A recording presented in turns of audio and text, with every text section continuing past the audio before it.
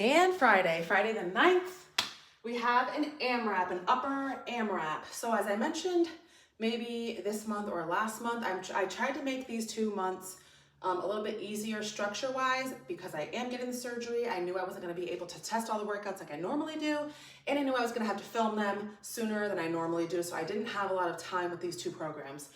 So I think all we have is our regular structures, our rounds, our hit Tabatas, which are always in there. And then instead of doing like ladders and EMOMs and all of those other things, I think I stuck with AMRAPs because you can just set your timer and go. So if you're wondering why that is why. So we have another AMRAP, 20 minutes. It's an upper AMRAP though. So it's all upper body moves. So again, you set your timer and you just go repeating those 4 exercises non-stop until you have to rest. So ideally, you could probably pace yourself where you don't even have to stop, or you might need to take 1 or 2 rests in the 20 minutes, but you just continuously repeat the 4 exercises. So we have single arm rows per arm, bicep curls, tricep kickbacks, and plank shoulder raises. Single arm rows per arm. I'll just show you right here. And then you switch sides. Bicep curls.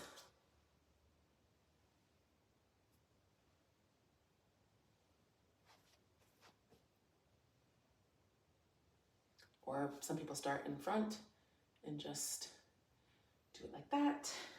Tricep kickbacks, these are also my favorite.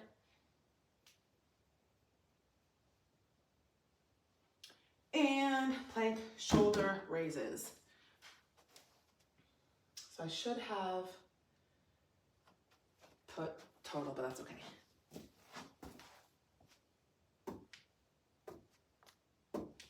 Alrighty. Single arm rows. So as you noticed before I showed you with the chair, you can just even like lean on your own leg if you have to, if you have a bench or whatever you have, but I think I like the height of the arm of this chair, so that's what I'm gonna show you. So I'm gonna get into almost like a lunge position.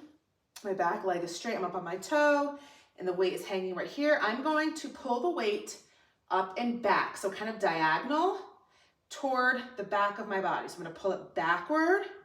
I land about hip on the bottom, chest on the top, release. Pull back, release. This is almost like you're starting like a lawnmower or something, like the old school. Except usually when you do it, you kind of go like that. We're not opening up our bodies. We're keeping our bodies just exactly where they are. We're just pulling our arm back. So you're squeezing your shoulder blade down. Pull your shoulder blade down. Pull down. And then the same thing when you switch sides. So that one's pretty easy. You just want to make sure if you start getting heavier weights that you're not doing this jerking motion, that you keep everything still. Bicep curls. So I also say this every month.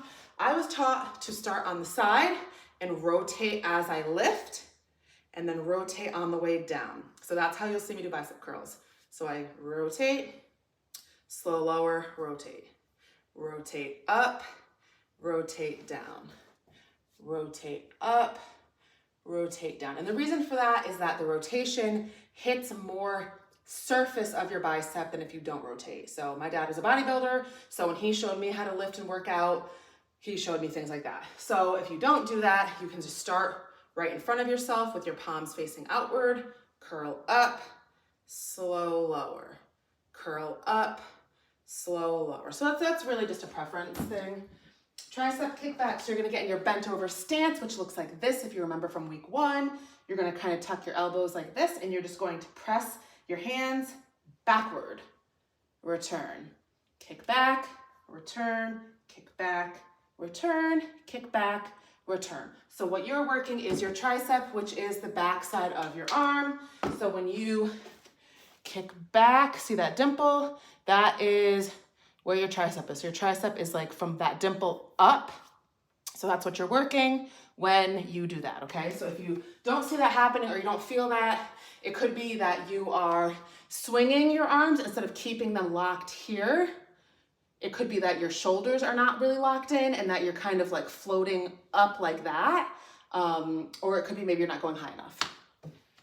And then last we have our plank shoulder raises. So this is high plank position, and I'm just gonna alternate lifting my hands off the ground, and I'm just counting to 12. So 6 on each arm, count to 12. So I usually get a little bit wider stance than normal whenever I know I'm gonna be taking my hands off the ground, because the wider your base is, the easier it will be. So if somebody said to you, do one hand and two legs, and you have your feet together, that's much harder to balance than if your feet are spread really apart. So think of it almost as like a triangle. They always say your triangle is your strongest shape. So that's what you kind of want to do. You want to make a wide triangle. So you want to open up that stance, and then you're going to just essentially lift, lift, lift, lift until you get to 12, okay? So pretty simple. If you can't do it in high, you can do it kneeling. Same idea, lift, lift, lift, lift, okay?